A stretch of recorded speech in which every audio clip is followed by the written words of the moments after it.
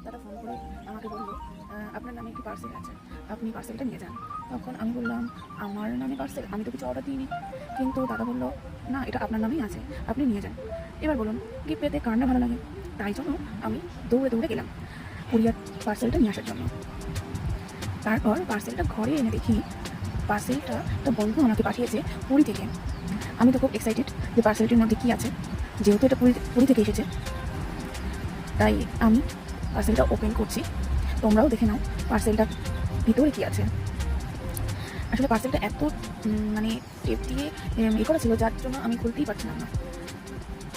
অনেকক্ষণ ধরেই চেষ্টা করছি খোলার জন্য, লাস্টে না পেরে কাঁচি নিয়ে চলে গেছি। দেখো বন্ধুরা, কাঁচি দিয়ে কেটে খোলার চেষ্টা করছি, কিন্তু এতটাই শক্ত যে কাঁচি দিয়েও খোলা সম্ভব হচ্ছে না।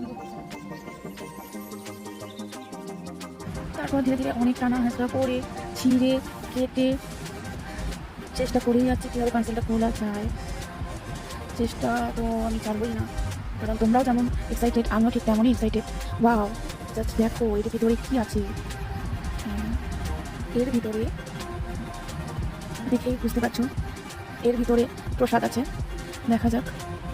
এত এক্সাইটেড যে আমি উল্টো করেই খুলতে চাইছিলাম, কিন্তু পারিনি। তারপর আস্তে আস্তে খুলেই ফেললাম। ওয়াও, এর ভিতরে দুটো বক্স আছে।